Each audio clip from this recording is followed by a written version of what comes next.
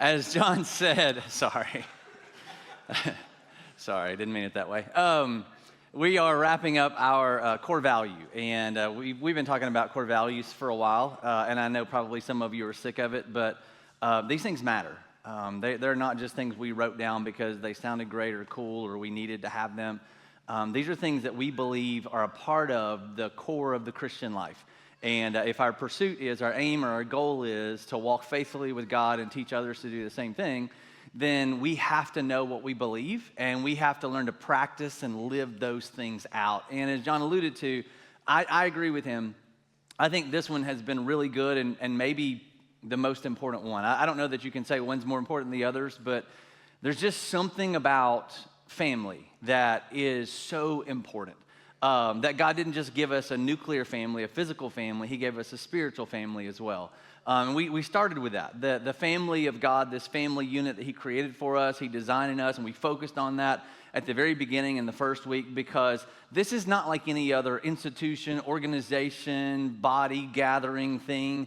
This is something special that was ordained by God himself and instituted by Jesus as he resurrected and then promised to return again. This is God-given and God-born and God-gifted to us. And so the idea of family in a culture of consumerism and individualism is something that churches we're a part of have to either return to or focus on heavily, because it's not like eating out or buying clothes or shopping online. It's not the flavor of the day. It is something that we are called to and committed to, that through thick and thin, through good times and bad times, he has given us and gifted us with this group of people. Sometimes when we bump elbows and don't like each other, that it's walking through this idea of family. And so we started there because that's what God has called us to. He's made us brothers and sisters, that we are joined together. You know, you think about the idea of brothers and sisters by blood, by DNA. Well, Jesus gifted us that. He gave us that he's given us his spirit,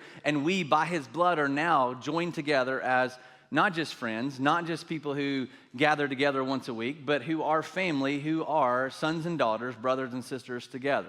And then we move to the nuclear family, to this idea of what does that look like within our individual homes? Yes, collectively, we're a part of the family of God, and he's called us this family, but what does that mean for me at my house and you at your house? What does that look like? And so we said in the second week, the core foundation based on the cornerstone of Christ is the idea of marriage. And not all of us are called to marriage. Some are called to singleness, and that's a gifting, and I know it feels like a curse, but it's a blessing at the same time.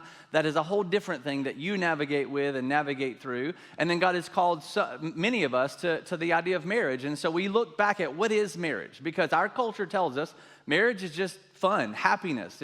It solves the problem of loneliness. It provides children that we get to nurture and raise, but the core idea of really this thing called marriage is that God has committed and joined to us in covenant relationship and says, no matter what you do, I will be your husband. I have called you my bride, and I will commit to remaining faithful to you even when you do not remain faithful to me, which then led us to, well, what does that look like? Because he gave us this calling to be fruitful and multiply. What does that look like for us if our marriage is based on the purpose of walking faithfully with God and being joined with him? Then what does that look like for raising children?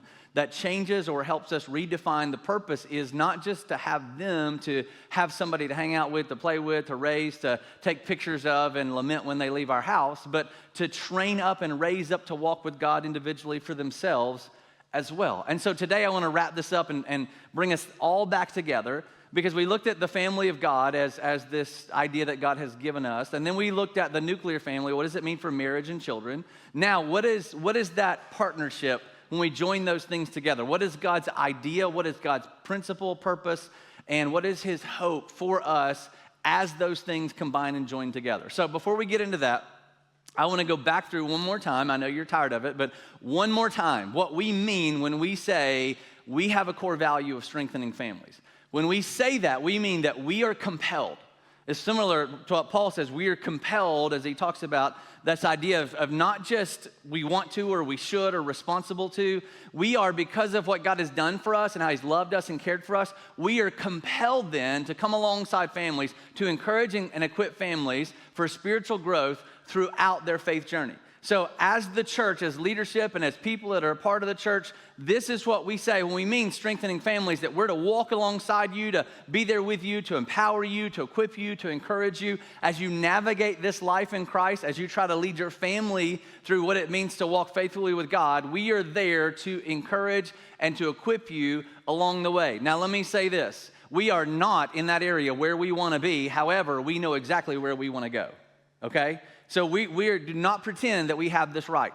We know that there are gaps that I'm going to kind of talk about a little bit today. We know there are weaknesses and there are things that we don't do well, but we know exactly where we want to go because we feel like God's told us what it is that our calling is as a church and what he's asked and responsibility of us as individual families. And so we're going to see what that looks like together as we partner with one another to try to get to where God desires for this people to be when we talk about strengthening families. So the verse that we use for this, Deuteronomy chapter 4, verse 9, says this: only take care and keep your soul diligently, which is watching for, taking care of, making an intentional effort, lest you forget the things that your eyes have seen, and lest they depart from your heart all the days of your life.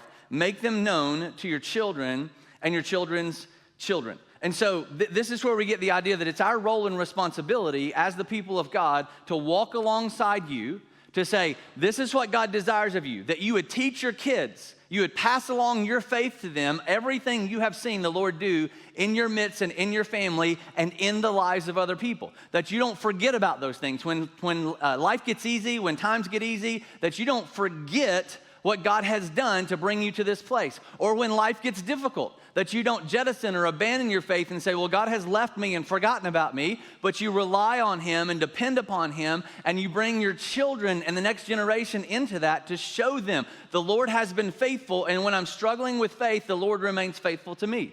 He says, don't forget that. Don't forget me, because it's easy in those two extremes of life to forget all that God has done and all that God will do, that he's promised to do in your life in those circumstances and situations. And so we started back again. I'll just brief this one more time because I think this is important for where we're going. We started back again the responsibility and purpose of man. Now, this is not just Christian people. This was God's intent and design for all of mankind. First and foremost, God created us and designed us and made us and birthed us to have a relationship with him. That was his primary purpose, was that I would give life to you and you and I would walk in relationship together. That has always been his goal for all of humanity, for everyone, that they would come back to faith in him. That was his desire.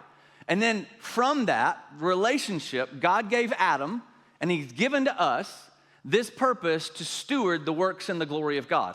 He says, I've made all of these things. I've given you authority over all of these things. And this is the responsibility, not to earn my favor, not to make me happy with you, but because you are my son and because you are my daughter, I want to give you my inheritance. I want to give you my creation.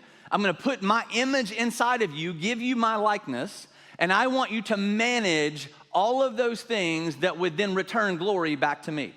That is the second purpose of man as we walk in relationship with God. And then the third is to then do that in the life of other people, to be fruitful and multiply. So relationship with God, steward the things that he has given us, that he's made, to return glory back to him, and then put that into other people as we raise and train other people in the faith. And so we asked last week, physically, how do we do that? How do we be fruitful and multiply? And we said these three words: raising godly children. Right? That's how we continue to multiply everything that God has done, that he desires, that he wants, that he's happy with. That is his desire. He talks about it in Malachi chapter 2. Now, it's around a specific idea, but he says these words, and he says, what is the Lord seeking? What does he want? What is he looking for? He is looking for godly offspring. That's what he desires. When we say be fruitful and multiply, or when he says that, and we say we think you accomplish that by raising godly children, it is fulfilling his desire and his purpose that godly offspring would come from the people of the previous generation to pass along to the next generation. You with me? So raising children to be successful is all good and fine, but if they're not walking with the Lord, the very primary purpose of man, it's meaningless. Solomon talks about it. Ecclesiastes, like everything under the sun is meaningless unless we walk faithfully with God. Everything else is without purpose unless we're living in relationship with him. And God says, that's what I desire. This is what I want from you, is that you would walk faithfully with me in relationship with me. You would manage and steward all the things that I've given you. You would work to return glory back to me in everything that you do, whether you eat, drink, walk, talk, whatever it is. And that then you would multiply this in the life of your children and the next generation. Now, this is not just for the nuclear family. This is not just what God desires for you biologically to pass along to the children within your home. And the reason we know that is because we started at the very beginning that God calls us the household of faith. He calls us this brothers and sisters, sons and daughters, and so you and I have responsibility to one another. No longer can we say, ooh, I'm glad that's not my child, I don't have to deal with that. No longer can you say, well, somebody needs to put a paddle to that rear end. You shouldn't do that in this day and age, right? But I'm talking about other kids. I'm good if you do it to your own. I'm talking about you doing it to somebody else's kids. But you and I, talk to me later if you got an issue. Sorry. But you and I can't say it's not my responsibility. We just can't. We can't say, well, I hope somebody takes care of them. That's not what God has called his people to do and what he's called his people to be. That we are now responsible for one another. That's why Paul says in Galatians chapter 6, carry one another's burdens. You have to be there for one another. You and I have to carry those burdens for each other. Not just a mile, 2 miles.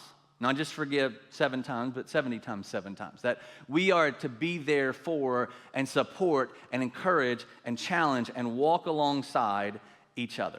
And so today is all about how do we do that? What does that look like? This is just kind of the springboard of what this means for us as we join together as the church, as the family of God, with one another and helping us navigate this life called the Christian life within our own family. So the writer of Hebrews talks about this. And again, this is a passage you read and you go, yeah, okay, this just means I'm supposed to show up to church. This is not his idea when he writes this. Hebrews chapter 10, verse 23. Let us hold fast to the confession of our hope without wavering. Sounds like Deuteronomy chapter 4. Keep diligently your soul, lest you forget the things that you have seen, right? So hold fast to the confession of our hope without wavering, for he who promised is faithful. And then let us do this. Let us consider how to be responsible to one another, how to stir one another up to love and to good works, not neglecting to meet together, as is the habit of some, but encouraging one another, and all the more as the day is drawing near. And so the writer of Hebrews writes this not to say, you should be in church, it's Sunday, you should be there. That's not what he means. And listen, for 50 years, 100 years, 200 years, there was good intent, and there was this religion tradition that was put on our children for a season. And every generation gets things right and gets things wrong. This is not to down my parents' or grandparents' generation or any generation you grew up in, but many of us grew up in the activity and attendance side of faith. You have to be there at Sunday. Oh, you weren't there. Something must be wrong with you. Oh, you need to have perfect attendance and get the sticker and the star. And if you do, then God's happy with you. That has nothing to do with it. That's not what the writer of Hebrews is talking about here. It's not just simply a routine getting together or an activity that you perform to satisfy a duty that God asks and requires of you. The idea behind this in Hebrews chapter 10 is that we would gather together so that we could stir one another up. That we would be together, that would push each other forward to love and to good works. And you can't do that from a distance. It's hard to do that through a screen. It's difficult to do that when you're far away from other people. But when you're together, you have this sense of responsibility. You have this sense of positive peer pressure that you see somebody else, their life, and you go, I probably should make that part of my life. Or they see something in your life that they're like, hey, I want to encourage you because you're encouraging me by how you're doing this and how you've walked through this. So the writer's like, you gather together, you be together, intertwined and mingled in the life of one another so that you can be there to challenge, hold up, equip, exhort one another toward walking out this faith maturely with spiritual growth. And so he's writing this so that the church remembers, Gather together. Be together. That is not kept just for Sunday morning. If all you do is gather with the body on Sunday morning, you are missing out on what all God has for you. If the only time you gather with the body is for an hour every Sunday morning, one day a week, every 7 days, or every 14 days, or every 21 days, as is the habit of some, you are not being challenged and equipped and exhorted in the way that God desires for you. Sure, you can do church at home. You absolutely can. Yes, you can walk with God faithfully by yourself. And yes, you can connect with the Spirit in your car with nobody else around. Absolutely, that's the gift of God and promise of God. But He also calls and encourages us to be together, because you and I know that the enemy wants to isolate us. And when we're isolated, we begin to drift away from the things of God. So this is not about checking a box or routine or activity. That is the first step. That yes, you have to be present to be encouraged. But it's not just about presence that will lead to spiritual faith and growth. So you see this idea of gathering throughout the Old Testament and also in the New Testament. But you see it in Israel. They're gathering together. There's a couple of key places that I want us to point out that reminds us of this. So God made covenant with Moses.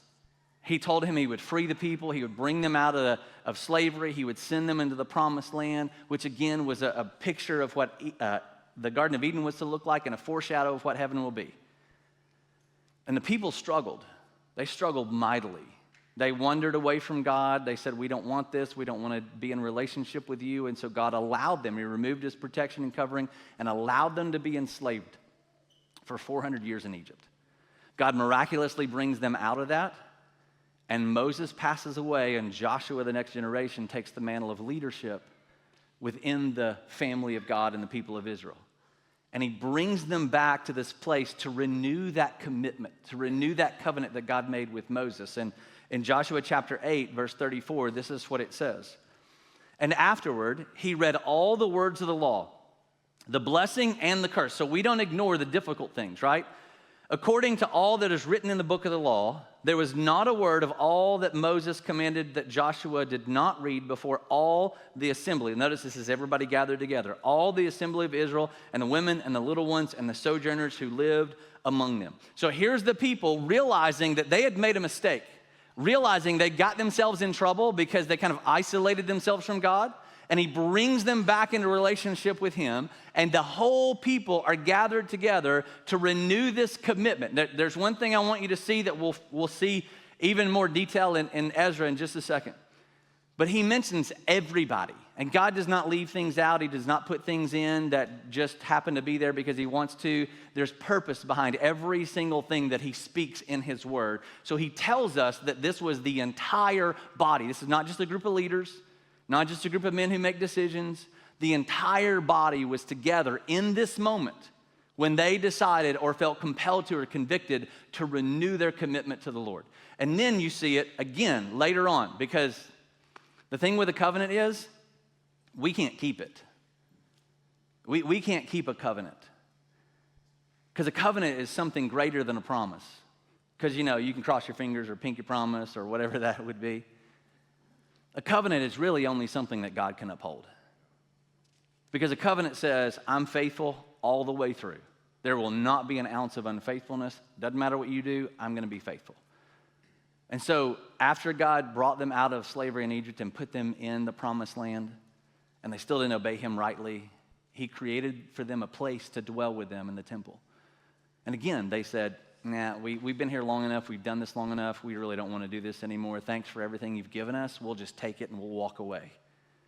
So God again removes his protection and provision and covering and allows them to go back into slavery. And this time, the temple that had been built, the city wall that had been fortified, had all been destroyed and in ruin. And so when God makes a way again for them to return back from captivity and back from slavery, they have nowhere to go, and they have nowhere to safely reside, because the city wall was what would protect them, and they really didn't collectively have a place to gather with the Lord because the temple had been destroyed.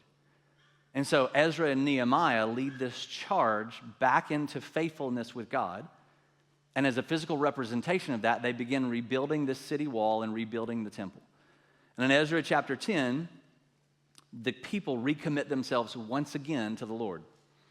Verse 1.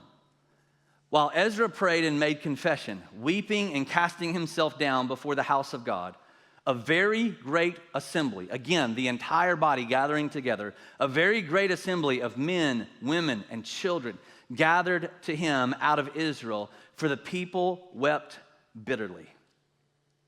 So here's this moment of not just coming out of Egypt through the wilderness into the promised land. This is the people who knew what it meant to walk with the Lord and to dwell with him and to what's called tabernacle with him or to be in fellowship with him. And they lost it. It was gone. And so when God graciously brought them back and they saw their rebellion and sin, they literally wept before the Lord. They were broken over their sinfulness. They were broken over their past decisions. They were broken over their bitterness toward the Lord. Guess who was there watching? The younger generation. Because they probably didn't weep. They probably didn't have a reason to weep. But they watched grown women and grown men fall on their knees and faces before the Lord. They watched them genuinely confess all the stuff they'd dealt with, all the stuff they'd struggled with, and all the rebellion they had done toward God. And the younger generation takes note of those things. And these children are watching. They'd heard the stories, because you see throughout Scripture, God says, make a statue or gather together a place that they would remember, put stones together out of the Jordan. But this time they get to see it with their own eyes. They get to watch their moms and dads, aunts and uncles, men and women of influence and leadership within the tribes and within the community. They watch them fall on their face before the Lord. You know what else they get to see? They see the grace of God poured out on those people's lives. That God says, I knew you would rebel. I knew you would mess up, and I knew you would walk away. But guess what? You're my sons and daughters, and you can always come home. You can always return back to me. Will life be a struggle because of your decisions? Probably so. But the relationship that I had committed to from the very beginning, it is still intact because I have covenanted with you, my people, to say you will always be my bride and you will always be my sons and daughters. And I wrote in my notes, the only way the next generation knows how to follow the Lord, and that only is strong, and so I say that with a little bit of hesitation. I would probably change that to say the best way for the next generation to know how to follow the Lord is by watching the current and previous generation walk faithfully with the Lord. And you go, I don't think I have that much influence. 100% you do. These kids, this next generation, they're watching. They're taking note of you. They watch you more than they listen to me. You go, I don't know. All you got to do is go back and read Judges chapter 2. Because Moses comes through and dies. Joshua leads the people to faithfulness. Joshua dies. The elders that he poured into led for a little while faithfully, and they died. And then in Joshua chapter 2, it starts out from verse 6 to 15. And it tells this tale of those people, the next generation, walking away from the Lord. Because whoever took charge and led them in that moment did not lead well like Joshua did and Moses did. And they took their cue from the leaders, they took their cue from the adults, and this generation didn't just walk away from the Lord, they ran headlong into the Baals, the other gods who promised in that area that they were living in to give them the things that they had hoped the Lord would provide. And so these kids, this next generation, they are watching you submit faithfully to the Lord, and when you mess up, as you and I will and do, they are taking cues to whether or not we are courageous enough to confess before the Lord and if he is faithful enough to pour his grace out on you in that moment. And you and I have an opportunity to have influence in the lives of the next generation and the kids that he's called us to pour out to, not just within our home, but within the household of faith. You see this idea, this concept or principle of spiritual parenting all throughout the New Testament. You see it primarily with Paul. He is pouring into the lives of other people. In 1 Timothy chapter 1, he says this about these men that he is raising up and training up. He says this about him. He says to Timothy, my true child in the faith. Now, if you go, well, I don't know that I'm really that responsible to the people of the house of God. He puts this word in here. God puts this word in here. Again, God does not miss out on individual words or meanings or concepts because his word is true and right and good. He says, you are my true child. You're not just somebody I see once a week because I teach kids or students or greet or whatever. No. I'm responsible to show up in your life. I'm responsible to pour into you, to raise you, to train you alongside your parents, alongside your mom and your grandmother who poured into you. I'm called to walk alongside of them to continue that faith in your life. He says, you are my true child. And you watch Paul raise and train these people up to bring them close to him, to pour out everything that God has poured into him, and then to pour into them, to encourage them to do the same thing. He literally raises up sons and daughters of the faith who would then pass that along to the next generation, who would say, this is what it means. I used to not walk with God, and my life was a mess. But now, by his grace, he saved me, and I am pursuing to chase after him even when I make a mistake, but his grace still pours out on me in those moments. And these people that Jesus drew close, the disciples, these people that Paul drew close, they saw everything, the good and the bad, the ugly and the beautiful. And they watched it and they learned from it. And some of them walked away, and some of them continued on to the next generation of passing along that faith. And so I want to stop, not to make a plug, but to talk about something just really quick, something we talked about probably about a month ago. So if we're, as the church, responsible to train up the current and the next generation, then we have to engage and involve ourselves in the places that those kids are. And so there's a graphic that'll come on screen. You can see it somewhat, but not fully, but you can see it if you have your phone in the YouVersion app. So right now, primarily, we offer children's ministry or kids ministry in the 1045. We used to offer it in the 9 o'clock, then COVID wrecked the world. And since then, we've not been able to offer full children's ministry in the 9 o'clock service. We would love to, but robots aren't quite to the place where they can do that. AI is not quite human enough to be able to care for them. So what it takes is you and I. It takes us taking on the call and responsibility that God has put into his people to pass that faith along to the next generation. And so we know we can't do it all at one time. So our goal is to fully staff or have enough of us, volunteers, to care for the kids that come to the 1045. And then our next step is to have a 9 o'clock gathering for our preschool. Because it's hard if you come to 9 o'clock, and especially visitors, and we've had that. Visitor would come with a 3-4-year-old, we don't have anything, and they literally walk out and never come back. Now, God's sovereign, he will do what he will do, but if we're supposed to uphold our responsibility, we need to be able to care for that family when they walk in the door. And so our next step would be able to provide preschool ministry for those kids and families who come at 9 o'clock. And then once we have the opportunity to care for those children, then it would be to have enough of us then to be able to care for our elementary kids in 9 o'clock, so that no matter what gathering or service that parents chose to come to, there would be an opportunity to say, we love you, we've prepared for you, we want to care for your family, we want to actually live out the principle and value of strengthening families, and so we're showing up, we're here for it. And so when we had our ministry match event last month or a few weeks ago, it wasn't just to say, hey, let's just fill some spots and slots and make up some teams.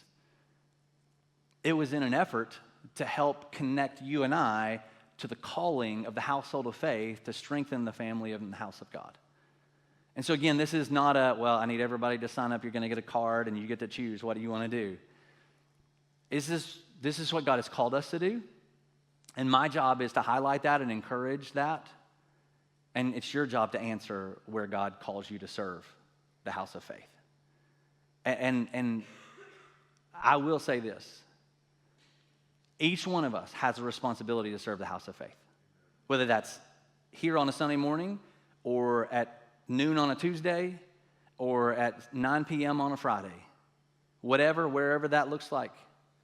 And it doesn't mean that if you don't serve in this building, you're not actually serving. That's not what it means, because that's tradition and religion. It's about having the desire to love and to care for one another wherever God has called you and gifted you to do. And so I just wanted to show you that, to connect those two things for you. So being on a serve team, a ministry team, it's not just about filling a spot or doing a duty. It's about joining together, partnering with the parents who want to bring their kids, to raise them in faith, that we say, we're here to help you with that.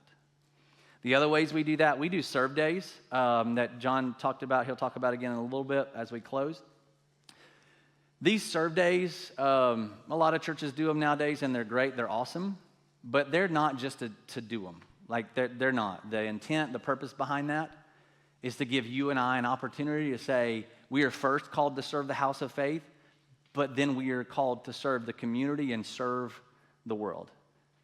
And when we do that so that the whole family can be a part of that, so they can participate. And I love that. We love that because your kids, just like the nation of Israel is gathering in these moments, your kids get to watch not just you serve organizations and ministries and people, they get to watch other adults in their life. People they see every single Sunday that give them a high five, that show up in their life, that walk by them. They get to see a consistent pattern of life of serving other people, and they grow up with it of going, this is just what you do. As a believer, as a Christian, you give and you serve to other people. This is normal for us. This is not just something that we do occasionally, because I see those adults show up in kids ministry, student ministry. They greet my family when we walk in the door. They high-five me. They serve me coffee. I go to their home because we're in community group, and I see those people gathering, studying the Word of God together. And this is just the routine of life, which was so big for the people of Israel. God created and designed this flow and rhythm of life that everything would be about Him, and everything would be designed to return glory back to His name. And He's called the church to do the very same thing. And so when you and I participate in these activities or programs, they're not activities and programs. They're pieces and parts and ways of learning how to do the walk of faith and the spiritual life together. And so when we worship together, when we serve together, when we do discipleship together, it's all about training these kids and these families how to walk with God. And so again, you go back to this generational idea as Paul writes to Timothy in chapter 5. He says this, do not rebuke an older man. I know we make fun of him, but do not rebuke an older man. I'm one of them. I'm wearing glasses now some of the time. So lay off, okay? Do not rebuke an older man, but encourage him as you would a father. Younger men as brothers, older women as mothers, younger women as sisters, in all purity. Again, that concept of the house of faith that started with the people of Israel is continued on with the house of God within the church that Jesus instituted. And then you see that working itself out. Not just respect and encouragement, but you see what He's called us to as He writes a letter to Titus in chapter 2. But as for you, teach what accords with sound doctrine. Make sure you're teaching people well. Older men are to be sober-minded, dignified, self-controlled, sound in faith, in love, and in steadfastness. Older women, likewise, you're to be reverent in behavior, not slanderers or slaves to much wine. They are to teach what is good, and so train the young women to love their husbands and children, to be self-controlled, pure, working at home, kind, and submissive to their own husbands, that the word of God might not be reviled. Likewise, urge the younger men to be self-controlled. Show yourself in all respects to be a good model, to be a model of good works, and in your teaching, show integrity, dignity, and sound speech that cannot be condemned, so that an opportunity may be put to shame, having nothing evil to say about us. And so very clearly, he says that you and I are to show up for each other, to be responsible for each other, to be in each other's lives, to pour into. And so for those of you who are older, who feel like I've done my time, I did my stuff, I don't want to do that anymore, I don't have any influence, they're too young, I don't even know what they're saying, like the lingo, the language, I don't have a clue. They're just spitting out words and it just makes sense to them. They need you in their life. They want you in their life. Again, it's a time where they do this to mom and dad. I don't want to listen to you, don't want to hear you. I want to do my own thing. They live in quiet rebellion, some open rebellion. But at the very same time, they do this to other adults. And they say, I'll let you in. I don't want them in right now because I've listened to them long enough. But I'll let you in my life. I'll let you influence my life. How many times have you heard it as a person, an adult, a leader? You've been saying something for 6 months or 6 years. They hear it one time, One time from somebody else, and it's like this new revelation, and you're like, really? Like for 6 years, I've been saying that. It's because you and I have influence in other people's lives. We have the responsibility to be in their life. There's a generation of young men who do not have knowledge or understanding of even just the basic things of life. And this is not about teaching them how to change a tire, change the oil. But as you see in Hebrews, if you gather together, guess what you get a chance to do? If you get together and show these young men how to work on a car, you get a chance to encourage one another to good works and faith. It's not about learning a life skill. It's about being in relationship so that you can pass on the faith in all things to the next generation. Older women that know how to cook, and those that do, everybody knows you do. These younger women, a lot of them are like, I don't know how to keep a house. I don't know how to cook. And some of them do. It's not an overgeneralization. But maybe you should invite some of them into your house on a Saturday. Bring your favorite recipe. I'll bring mine. And let's just spend 3 hours cooking. It's not about learning new recipes. It's about an opportunity to stir one another up to good works and faith. It's being in relationship with the people of God to pass on that faith to the next generation. That's what it means to disciple. And when we say, we want you involved in intentional discipleship, and you go, I don't know how, that's how.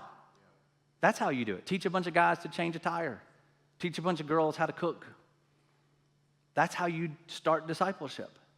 Right now, we've got 100 people, which is the grace of God. It's not anything we have done. 100 people involved in intentional discipleship who've said, I want to meet with them. And we have a waiting list, I think, which means we just don't have enough. There are a few people who've said, I want to be discipled, and we are at the point where we go, we don't have enough people who have the time, courage, or faith to invest in you. But that's our hope and our desire. Because we need it, because somebody did it for us. There's a great statement I came across a couple weeks ago from Gospel Family Ministries. Jonathan Williams says this: in healthy ministries, the church family makes time to gather with young people for both worship and discipleship. We have to make an effort to this. This is what I said. We're not where we want to be, but we know where we're going. We know exactly where we're going. Before COVID, we started this ministry that you're probably not aware of because it only lasted about a year before COVID wrecked everything. It was called Tiny Tribes. The intent of that was to gather some young families, about 3 or 4 families, with an older seasoned family who had navigated raising and training up families, who didn't have it perfect, didn't always do it right, but they knew the things that were coming for these younger families. And they would meet together consistently, and we had a few basic principles that we wanted the older couple to teach to these younger families. And it provided this opportunity for the church to partner together with the individual family unit to say, hey, we're here with you, we're here for you, we're here to listen to you, to encourage you, to help you navigate these things in life, because we believe in you and we believe it's our responsibility to pass this along to you. So our team, again, this is not where we want to be, we know where we're going. Our team of kids ministry has gathered a few people to begin those discussions over the last couple of months of what does that look like. It may or may not be what we used to do with Tiny Tribes. It might be something completely new. But we know this is our responsibility, is to teach and train the current and the next generation, to teach families how to teach their kids to do that well. And so what does that look like? So they're meeting, discussing, praying right now, and who knows how long that's going to take or what it's going to look like.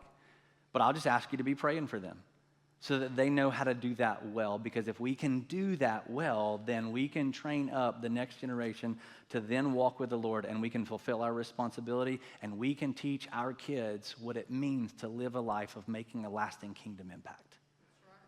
And that is our responsibility. That's what we want to do, where we want to go. And so I just ask that you pray for us. Pray with us. Not just for us, because not just our responsibility, it's all of our responsibility. And pray and ask God, what would he have you do? How would he have you involved in the life of other people to help raise and train and navigate the stages and seasons of family life to point our kids to life in Jesus? And so that's what we want to do. That's where we want to go. And so I'm just going to ask you, let's all stand together real quick. Just like Joshua did, just like Ezra did, just like so many other did. The whole congregation, praying toward this end. So I'm going to give you a second. Pray quietly, gather with other people, grab your family together, whatever you want to do. And then I'll pray for us. But pray, ask God how he wants you to be involved in this calling. And then ask him to protect and provide for your family as you chase after him. Because listen to me. If you decide to pursue this, the enemy will attack you. Again, don't make this about myself, but been preaching on this for 4 weeks. In a span of about 10 days, I had 4 kids who either broke something or thought they did, personally on their body. The enemy will attack you. But that's why we need each other to encourage, to strengthen, and to challenge, and to hold up one another. So take a minute, pray, let God speak to you, and then I'll close this.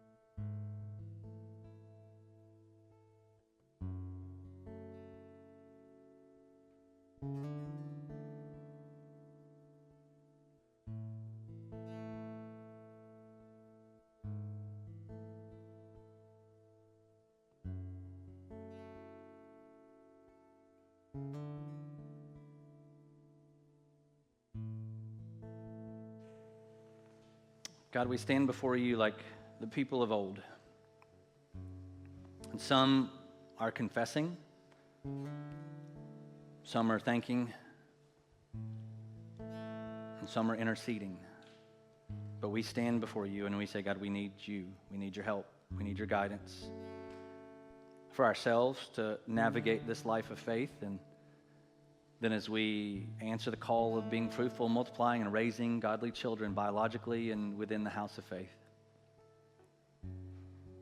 So help us to do that well personally, challenge us, encourage us, and then commit us to one another to be a part of each other's lives as we chase after and pursue what this life together looks like. And I thank you for the family that you've called us to, the body you've given us. And like Paul says in Philippians chapter 3, he says, I thank God for your partnership in the gospel. Help that prayer of thankfulness resonate with us. That can people say that about my life? Can they be thankful because I've partnered with them in this life of faith? Or challenge us. God, what would you have me do that later in my life, people might say that, thank you for your partnership in the gospel in my family's life. Help us to do that, we ask. We ask in Jesus' name. There's one more thing that I'll say before we sing. There's a pastor I heard say this one time. He said, the greatest legacy of your life might not be something you do, but it might just be someone you raise. The greatest legacy of our life might just be the boys and girls and men and women that God's called us to raise and to train up through our faithfulness as a family of God. So let us answer that call together.